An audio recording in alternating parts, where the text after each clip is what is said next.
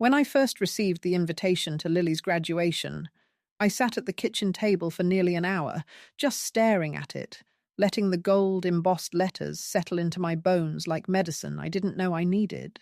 It wasn't anything fancy, just a thin, cream-coloured card with curly lettering and a photo of her in her cap and gown tucked inside.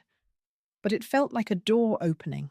After all these years of being more holiday than heartbeat, more afterthought than pillar, I thought, maybe this means I still have a place. I dusted off my old sewing tin and found the swatch of plum silk I had saved since last winter. Too nice for errands, too hopeful to throw away.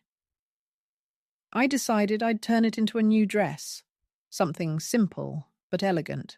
I ordered a pair of shoes that wouldn't pinch my bunions, and I made a batch of Lily's favourite walnut bread, the one she used to call the nut cake when she was little and couldn't say banana. I wrapped it in parchment, tied it with string, and placed it carefully in the freezer. In the weeks before the ceremony, I took out the family ring every night. I'd kept it in a small blue box wrapped in cloth, hidden in the bottom drawer of my dresser for decades. The gold was soft from wear, the opal cloudy, but still alive with colour.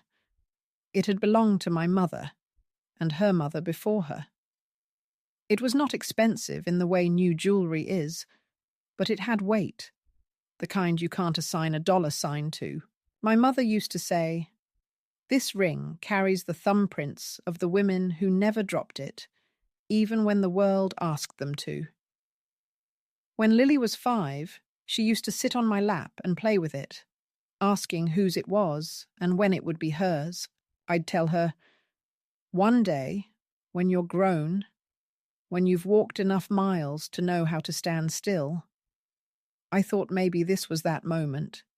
Graduation. A symbol of beginning and continuity, so I packed it in my purse, nestled in velvet, planning to give it to her the morning after the ceremony when we'd have breakfast, just the two of us, at the little pancake place down the street where we once spent a whole afternoon during her 7th grade field trip. She'd ordered strawberry crepes and told me I was the nicest grown-up.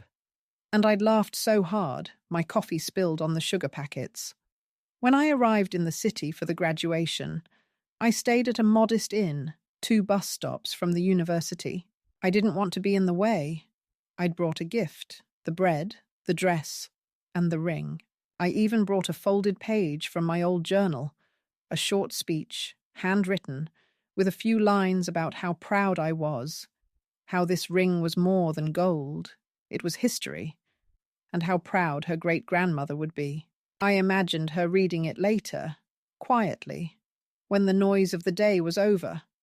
I didn't expect a grand moment, just a pause, a thank you, a hug, maybe. I was seated near the back during the ceremony, in the overflow section they'd set up behind the main lawn. It was warm, the kind of warmth that sits in your shoulders and whispers old aches. I didn't mind. I waved when she crossed the stage. She didn't see me. Or maybe she did, but her eyes moved past me too quickly. Afterward, the graduates gathered near the fountains for photos. I made my way over slowly, holding my purse with both hands. When I reached the group, Lily was surrounded by friends, all heels and hats and parents with shiny cameras. Her mother, my daughter, smiled and waved from behind a tripod. "Mom," she said politely, "can you hold these bags?" I nodded, took the handbags and the wrinkled garment bag, and stood just outside the frame, watching them pose. At one point, Lily turned and said, "Oh, Grandma, there you are." Then added, laughing, "You're always good at hiding in plain sight." That night, I sat on the edge of the hotel bed with the ring box in my hand. I didn't open it. I just held it, fingers pressed into the cloth as if I could squeeze something clear out of the moment, something that would tell me not to take it personally. Maybe it was the crowd, the chaos. Maybe she was just overwhelmed. But the truth settled into me quietly. like dust on an old shelf. I wasn't part of her front row life. I was back of the room, coat holding, bread bringing extra. And still, I planned to meet her for breakfast the next morning, as we'd arranged, just her and me. The place opened at 8, and I was there by 7:30, ordering a cup of weak coffee and a side of toast to keep the waitress from moving me along. I watched the door. Every time it opened, my chest tightened. At 9:30, I asked for the check. At 10, I left the bread and the ring box in a small paper bag with her name written on it in careful cursive, and gave it to the hostess. "She might still come," I said. "Just tell her Grandma loves her." Then I walked the long way back to the inn. Back home, the yard was overgrown, and the air was sharp with pollen. I made tea, pulled out my sewing tin, and began to unpick the stitches in the plum dress. I wasn't angry. I was just awake. Wide awake, in a way that left no room for excuses. And that's when I opened the laptop, typed "independent jewelry buyers" into the search bar, and clicked the first name that didn't have a corporate logo. I didn't tell anyone. Not Lily, not her mother, not my sister, who still sends Christmas cards addressed to the matriarch. I just wrapped the ring in the same cloth my mother used and sent it off with a note. "Let it find a hand that will carry it forward." The package arrived 3 days after I mailed the ring. A small padded envelope, neat handwriting on the front, no return address, just the initials ES and a tracking number. I brought it inside like it might explode, laid it on the kitchen table, and sat across from it for several minutes before I dared to open it. Inside, there was no ring. Of course not. But a note written on ivory stationery and a check paper-clipped to the corner. The note was from a woman named Elise Stroud, who ran a small heritage foundation in upstate New York. She thanked me not just for the ring, but for the story I'd attached in the letter about my mother, my grandmother, the way we passed that circle of gold down like a whisper between hands. Never loud, never flashy, just enduring. She wrote, "This will be displayed in our traveling exhibit, Hands That Kept History. If you're ever near Rochester, we'd love to have you speak." I read that line twice, then folded the note, placed it in the drawer beneath the sugar canisters, and tucked the check in my daybook. I didn't feel triumphant. I didn't feel sad. I just felt certain. Like something had finally aligned inside me that had been off-kilter for years, so slowly that I hadn't even noticed. That night, my phone lit up at 9:14 p.m. A message from Lily. Just 5 words. "Did you actually sell it?" No punctuation, no greeting, no warmth. I stared at the screen for a long time before pressing the power button and placing the phone face down beside the kettle. I wasn't sure what she wanted from me. A fight? A confession? A reversal? I gave her none of it. I went to bed early, the kind of sleep where your body falls before your mind can make up reasons to resist. When I woke, there were 2 more messages. "I didn't mean you had to do that." Then a second. "Mom says you're being reactive." We could have talked. That word, reactive. As if I'd been set off like a faulty appliance. As if 30 years of holding things in, smiling politely while being gently shelved, quietly repositioned, occasionally uninvited, amounted to nothing but bad circuitry. I didn't respond. I made my tea, took the recycling out, and opened the windows for the first time in days. The smell of pine drifted in and reminded me of summers at the lake house my parents used to rent, the one with the crooked dock and the mosquito netting that never quite worked. I remembered sitting on the screened porch with my mother, watching the fireflies come out one by one, her hand resting on mine, both of us silent and full. That was the ring she wore then, catching the flicker of light with every movement, like it was part of the night itself. That ring, now boxed in glass somewhere in New York, would be seen by strangers who would stop and read its story. Maybe they'd pause. Maybe they'd remember. It was more than I could say for my own family. Later that afternoon, Lily's mother called. I didn't answer the first time. On the second call, I let it ring until the voicemail picked up, and her voice came through, sharp with the kind of forced patience that people use when they're pretending not to blame you. "Hi, Mom. I just wanted to touch base about the whole ring thing. Lily's really upset. She said you just gave it away, which, I mean, it's yours, obviously, but you could have looped us in. She feels blindsided. I'm just wondering if this is about something else. Like, are you okay?" That phrase made me want to laugh. Are you okay? As if I'd been struck by sudden madness, as if calm, private decision-making were now a sign of mental imbalance. I didn't call back. I didn't feel guilty. I did feel unburdened. Not from the ring, but from the endless guessing game of how much space I was allowed to occupy before someone said I was too much. Lily had said it without malice, but it landed just the same. "You're just extra." I could still hear the lightness in her tone, the slight amusement in her eyes, like I was a decorative detail at best, an emotional inconvenience at worst.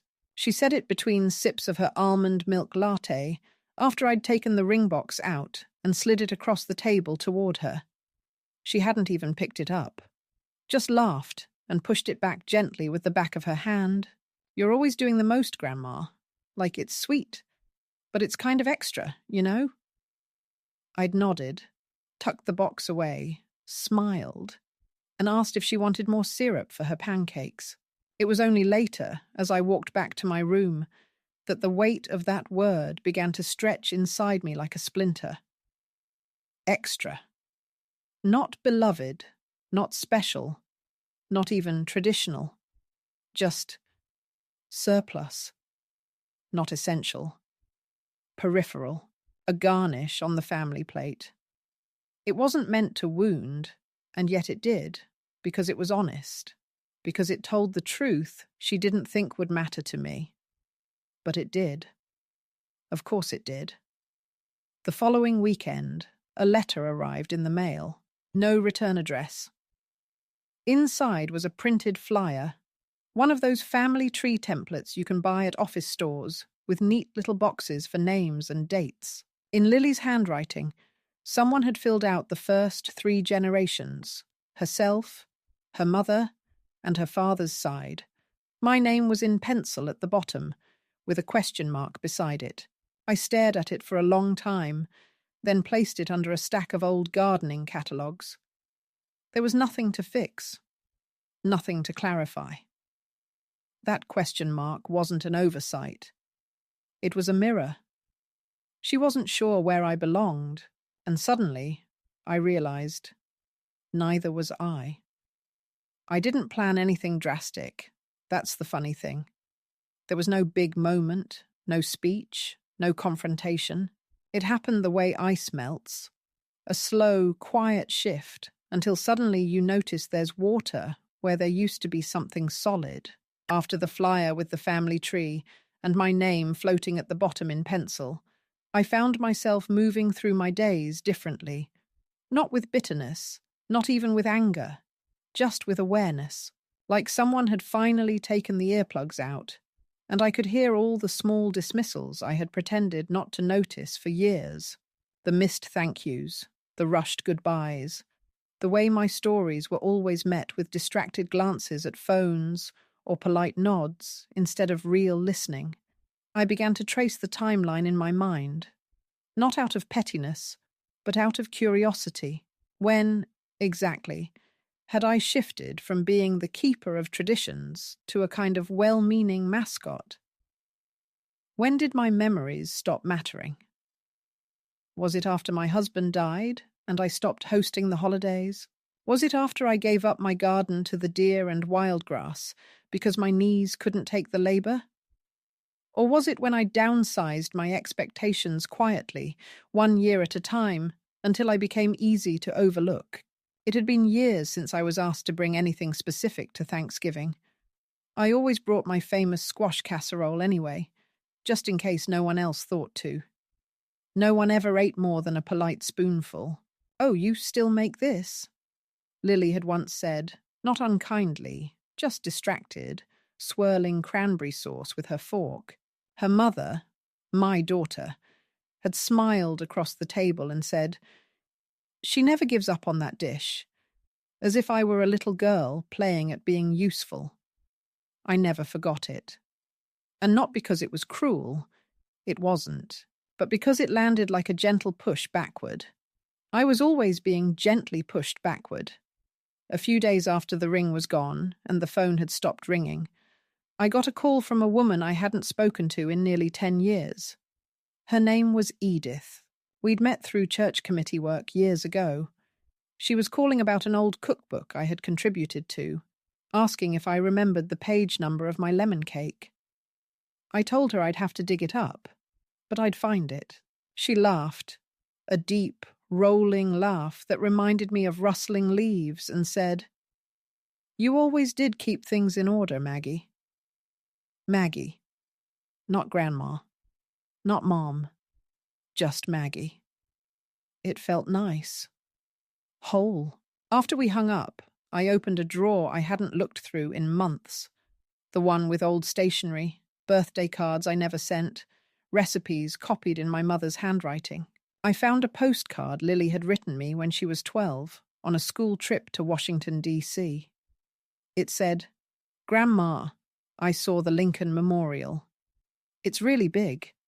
I miss you more than the hotel waffles. Love, Lils." I held that card for a long time. The handwriting was loopy and smudged. I remembered how proud she was to write it herself. I remembered how I cried when it came in the mail, because she had remembered me without prompting, and that's what hurt now. Not that she had changed, but that I had been so sure she wouldn't. That I had banked everything, my affection, my silence, my sacrifices, on the hope that my consistency would eventually be noticed. It hadn't been. It had become expected, background noise. I remembered the way she used to play with my costume jewelry as a child, slipping plastic beads on and off her tiny fingers, asking, "Which ones are the real ones?" And I'd always say, "You'll know when you're older." Well, she was older now, and she still didn't know. Or maybe she did, and didn't care. I couldn't decide which was worse. A week later, I was grocery shopping when I ran into Marianne, a woman I used to see every Tuesday at the senior centre before I stopped going. She asked about Lily. I hesitated, then said, "She graduated. She's doing well." Marianne smiled and nodded. Then she leaned in slightly and said, "They forget, you know, that we're people, not just titles. You spend your life holding them up, and when they can stand on their own, they look around and ask what you're still doing here." I nodded, and something in me shivered, not from cold, but recognition. I went home with 2 bags of groceries and a head full of voices that weren't mine. That night, I took the journal where I'd written the speech for Lily, the one I never gave, and I tore out the page. Not in anger, just as a reset. Then I started writing a list. At the top, I wrote, "Women They Forgot." Underneath, I listed names: Edith, Marianne, Carol, Lucille, Jaune. Some I hadn't spoken to in years, some I only knew through glimpses. Women I'd seen sitting alone in pews or waiting rooms. Women who once told me stories that trailed off into sighs. I didn't know what the list was for yet. but I knew I needed it. It felt like building something again. The next morning, I walked out to the shed behind my house. It was full of the usual: rakes, empty planters, a cracked lawn chair. But near the back was a small trunk with brass hinges. I hadn't opened it in at least a decade. Inside were items I'd packed away after my husband died, keepsakes I thought I'd give to the children one day. Letters, photos, a hand-carved letter opener. I sat on the floor, cross-legged like a girl, and sifted through them slowly. One photo caught me. Lily at 6, wearing my church hat and sunglasses, holding a wooden spoon like a microphone. I'd taken that photo. She had insisted on interviewing Grandma and asked, "What's your biggest dream?" I had answered, "That you never forget who came before you." She had nodded solemnly and said, "I won't." That was 20 years ago. I looked at the photo and realized something I hadn't before. That little girl, she was gone. Not just grown up, but gone. And it wasn't my job to chase her. It was my job to remember myself. I placed the photo in a new frame, set it on the mantel, and made a decision. I wouldn't ask to be remembered anymore. I would simply live in a way that made forgetting me feel like a loss. The first morning, I truly felt different. It was raining. Not the dramatic kind, not a storm, just a steady, rhythmic drizzle that turned the garden to glass and made the world feel like it was behind a soft veil. I stood by the window with my tea, watching the rain bead against the glass, and I thought, there will be no big return, no family reckoning, no moment where someone knocks on the door with a handwritten apology and a bouquet of store-bought roses. There will be no ceremony for the shift that just happened inside me. I have changed in the smallest possible way that means everything. I no longer need their explanation. And maybe more than that, I no longer need to offer my own. The old reflexes were still there, of course. I caught myself thinking about making banana bread to send just in case. Lily missed the taste. I still paused when the mail came, half expecting a card, a photo, something sentimental enough to make me doubt my own memory of what had occurred. But nothing came. No card, no call, not even a digital shrug. The silence didn't sting anymore. It clarified. It helped me see that all those little kindnesses I had continued to give were not bridges. They were breadcrumbs into a forest no one intended to follow me into. And it was time I stopped leaving them. I opened my laptop that afternoon and pulled up a new browser window. I typed, almost on instinct, legacy projects for older women. I wasn't sure what I was looking for. Some way to give shape to the ache, maybe. Something to do with the ring, with the silence, with all the stories that no one asked me to tell. I ended up on a site for a small museum in Oregon that specialized in storytelling installations, pieces that highlighted objects passed down from matriarchs, not for their value, but their meaning. They had an entire section called What She Kept. I stared at the screen for a long time. I didn't send anything. I just bookmarked the page. That evening, I sat at the dining table and took out the guest list for my 75th birthday, still months away. It had been drafted carefully a year ago, back when I assumed I'd throw a brunch or a dinner and invite the family, the neighbours, a few friends from church. I looked at the names, then slowly began crossing them out. Not in anger, not in haste, just with certainty.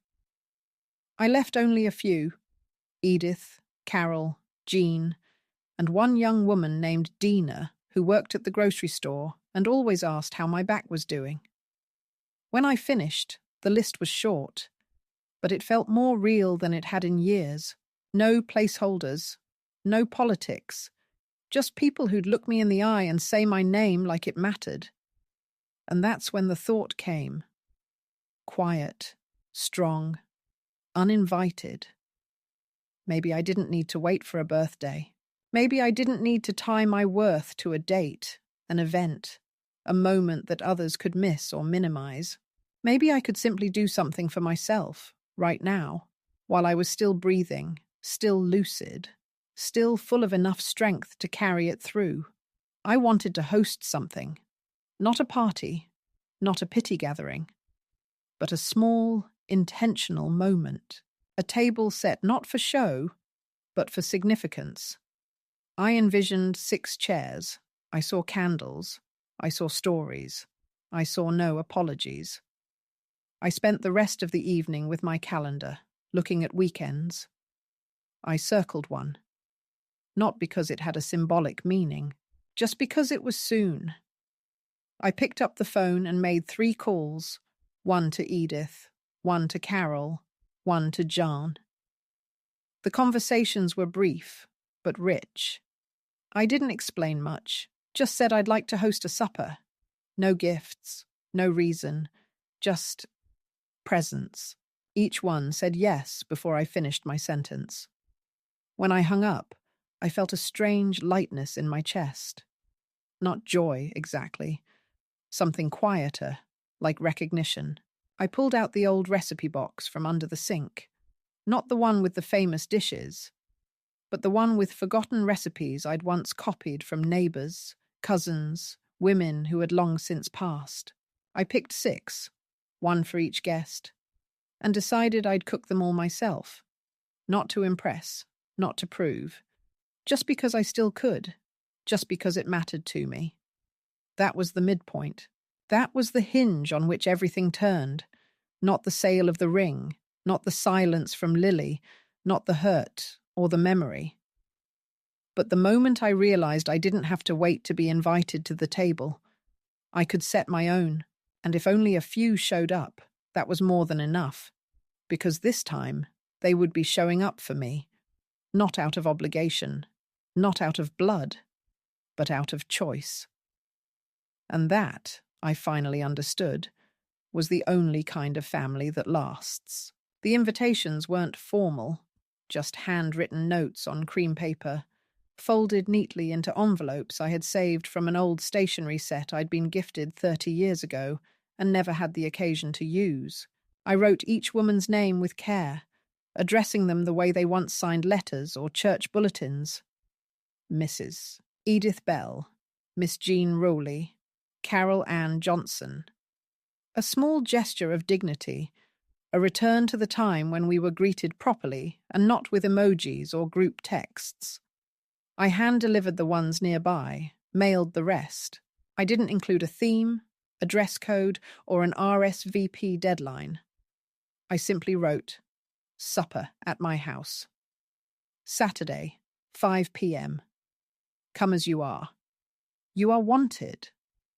That last sentence took me the longest to write.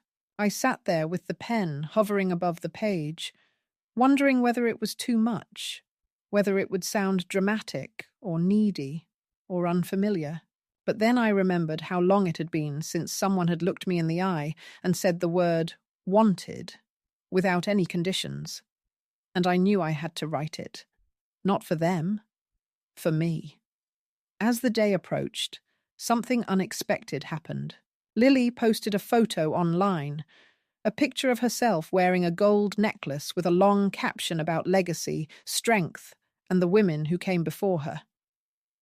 She didn't mention the ring. She didn't mention me.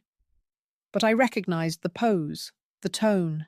It was performative, a curated nod to ancestry without the weight of acknowledgement. My phone buzzed all day with messages from people who'd seen the post and assumed I was involved, had given my blessing, had been included. I didn't respond. I didn't explain. I let the illusion stand because correcting it felt like screaming into the wind, and I was done raising my voice for those who'd already decided not to hear me. Then came the letter, not from Lily, not even from her mother, but from a lawyer. A polite professional inquiry regarding the provenance of the ring. Apparently, A family member had asked whether the ring had ever been officially passed down, whether there was documentation regarding its status as an heirloom. The language was careful, measured, designed to sound innocuous, but I understood the undercurrent. They wanted to know whether it could be reversed, reclaimed, whether I could be pressured, gently, of course, into rectifying the situation. I sat with that letter for 3 days. I didn't show it to anyone.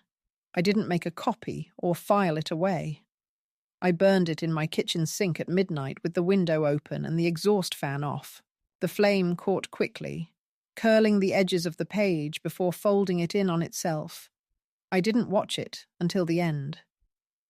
I turned away halfway through and washed the dishes, humming to myself a hymn I hadn't sung in years, and yet the audacity stayed with me.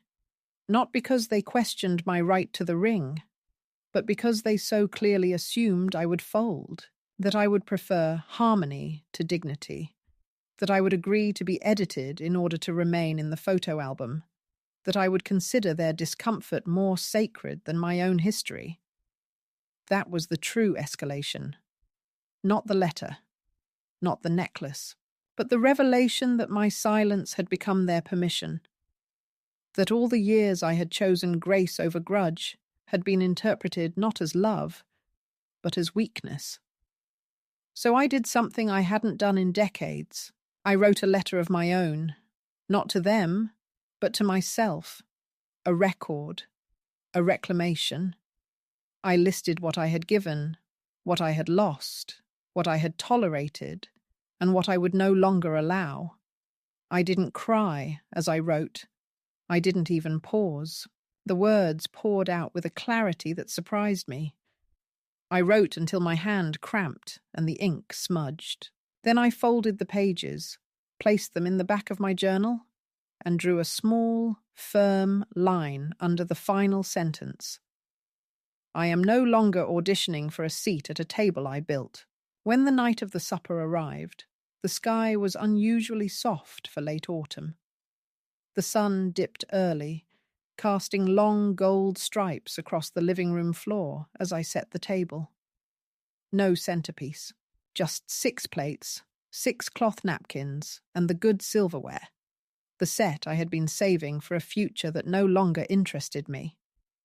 The house smelled of rosemary and slow-cooked onions. A waltz played quietly on the old radio, the one with the cracked dial that still hummed if you touched it just right. At 4:58, the first knock came. It was Joan, wearing a navy sweater and holding a small glass jar of homemade plum jam. Behind her, Edith and Carol, both smiling, both holding nothing but themselves. I welcomed them in without fuss.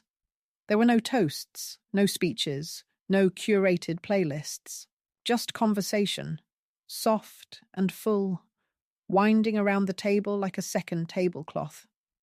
At one point, Edith looked at me and said, "It's been a long time since someone asked me what I wanted to talk about." That struck me, not because it was sad, but because it was true for all of us. We'd been invited to dozens of events, functions, obligations, but rarely to be known. That night, we told stories that didn't revolve around who had married whom or who had become what. We talked about colours we loved, recipes we ruined, the time someone chased a raccoon off their porch with a broom. We passed bread like it mattered, not because it was fresh, but because it was shared. As the evening stretched, I brought out the photo of Lily as a child, the one with the spoon and the sunglasses. I placed it at the centre of the table. No explanation, just presence. Carol noticed it and said, "She looks bold." I nodded. She was. I didn't elaborate. I didn't mention the ring, the posts, the letter. I didn't need to. That part of the story belonged in silence now, not shame. And that's when I realized something else. You don't need to be vindicated to be whole. You don't need to be acknowledged to exist. Sometimes you simply need to be witnessed by the right people, in the right light, at the right time. The last guest left at 10:12 p.m. I stood at the door, watching her walk to her car, her shoulders square, her bag swinging at her side like a declaration. When I turned back inside, the house was quiet, but not empty. It held warmth. It held evidence.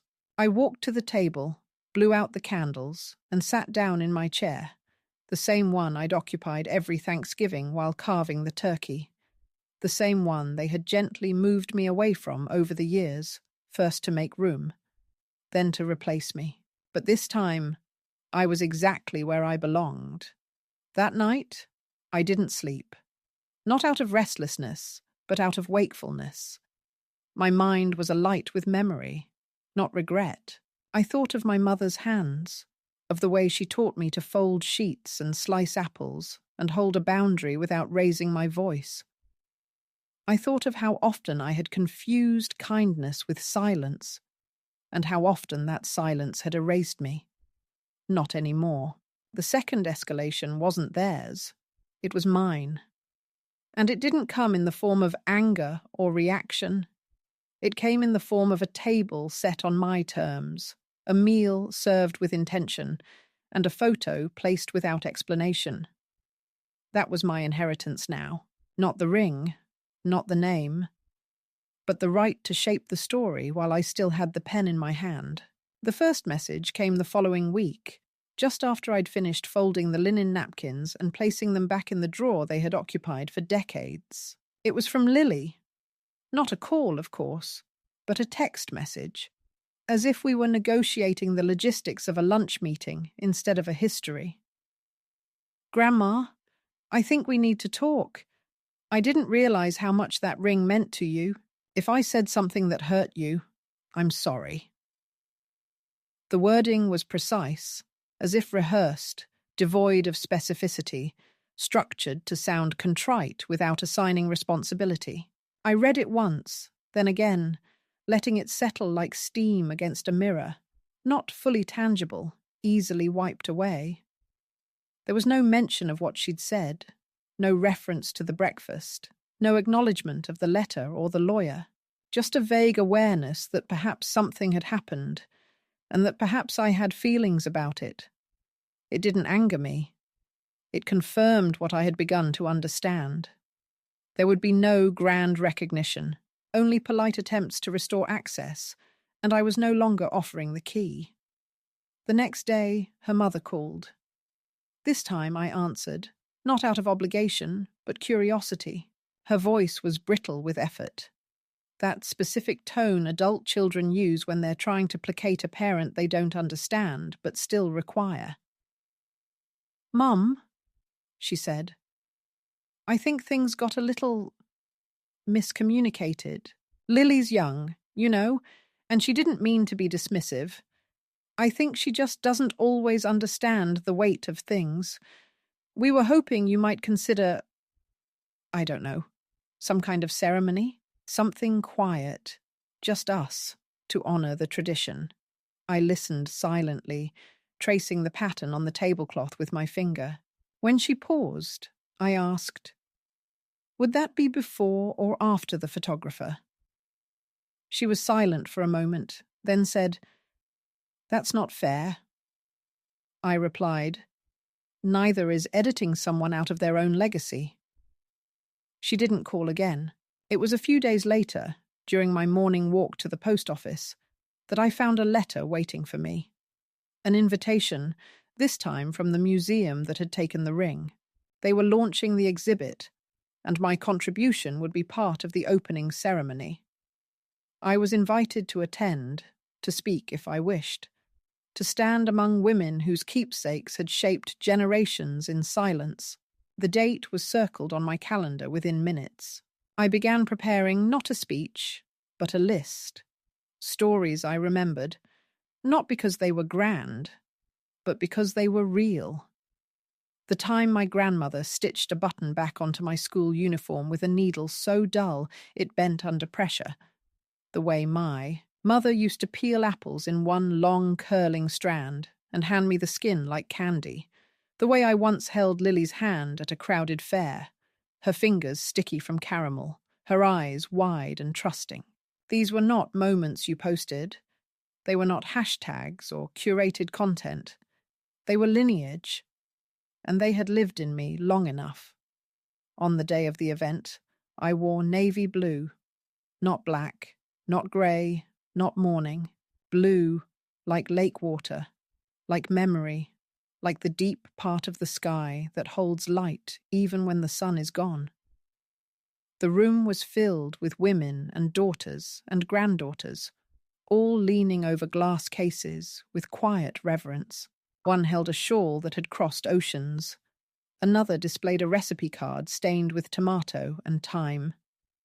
My ring sat in a simple cube near the back, beside a printed description I had written by hand. No mention of Lily. No need. It read, "Passed from hand to hand, not for wealth, but for weight. Given in silence. Worn with history. Never lost. Only placed somewhere new." People paused. Some nodded. One woman placed her hand gently on the glass. I didn't speak that night. I didn't need to. The room was already saying everything I had carried for years. When I returned home, the house felt smaller in the best way. Not like it had shrunk, but like I no longer needed to stretch myself across every room to prove I still fit there. I lit a candle. I reheated leftover stew. I placed my journal beside my dinner plate, open to the list of women I had invited to my table. I added one more name. Mine. Not at the bottom. At the top. Then I ate in silence. Not because I was lonely, but because I was full. I had learned something that day. Not about Lily or her mother, or even about legacy, but about choice. That I could choose where my story lived and with whom. That I could place my history in the hands of those who would not call it extra, but essential. That night, before bed, I received one final message. "Grandma, I saw the post from the museum. I didn't know you were doing all that. I guess I misunderstood what that ring meant. I thought you were just being sentimental. But maybe it's bigger than that. I hope someday we can talk about it." I read the message slowly. Then I turned off my phone. Not as a punishment, not as a declaration, just as a quiet reply. Because sometimes the only way to be heard is to stop translating yourself for people who refuse to learn your language. In the weeks that followed, life settled into a rhythm that was neither new nor old, but something else entirely. Steady, unhurried, real. I found myself waking earlier, not from obligation, but from clarity. The kind of morning wakefulness where you open your eyes and know exactly who you are. Not because someone reminded you, not because it was affirmed with affection or applause, but because it was earned in silence. My house was quieter now, but the quiet no longer echoed. It hummed. A gentle, unbothered hum, like a room that no longer needs to prove it is worth filling. I dusted less, walked more, and started rereading books I once passed along to others, with the hope that they'd see me in the margins. I kept them now, underlining different lines, new ones that no longer begged for recognition, but reflected the stillness I had grown into. One afternoon, I went into the attic and pulled down the last box labelled Family. It was filled with items I had long saved for the imagined future. For visits, for inheritances, for moments that would never quite arrive. There was the Afghan I had crocheted for Lily when she was 9, the one she never took home. A birthday card I'd bought and forgotten to send. A pressed flower from her first recital, still tucked between program pages. I spread them out on the dining room table, not as an inventory of sorrow, but as a witness to what had been offered, unnoticed. And then, slowly, with hands that no longer trembled, I began placing them in a different box, one I labelled mine, because they were. They always had been. I wasn't clearing space anymore. I was reclaiming it. The garden began to bloom in fits and starts. Late crocuses, a stubborn daffodil. I pulled weeds with more gentleness than urgency, humming the same tune my mother used when she worked the earth. Her sleeves rolled past her elbows, her jaw set with quiet purpose. There was something sacred about tending to life that no one else would see. Pulling roots from soil not for praise but for peace. A neighbour passed one morning and called out, "You're out early today, Margaret." And I smiled and waved, not because I had anything to report, but because I didn't. There was nothing urgent left to perform, no legacy left to manage, just morning air and the ache of knees that had carried a woman through years of invisible labour and were still willing to bend, again and again, for what mattered. I didn't hear from Lily again, not in words, but I saw, in small ways, that she was watching. A tagged article, a quiet like, a post that borrowed phrasing from my old sayings. I didn't react. I let it sit in the strange space between echo and intention, knowing she might never fully understand, but also knowing that wasn't my weight to carry anymore. Understanding is not a debt. Legacy is not a currency to collect, but a language to be spoken. And I had finally found people who listened without translation. One evening, just before dusk, I lit a candle and placed it on the mantel beside the photo of my grandmother. She is standing in her kitchen, apron dusted with flour, her expression neither warm nor cold, but certain. Behind her, barely visible, is the silhouette of a young girl, me, reaching for something on the shelf. We are both caught mid-motion. I stared at the photograph, not with nostalgia, but with respect. We had done what we could with the time we were given. We held things. We passed them. We let them go when they stopped being received. That is all anyone can do. That is everything. Later that night, as I sat with my tea, the house filled only with the sound of a soft rain against the windows, I allowed myself one final thought, one that had taken a lifetime to shape into language. If being extra means refusing to be erased, then I am proudly extra. Extra clear, extra quiet, extra done, and that, finally, is enough.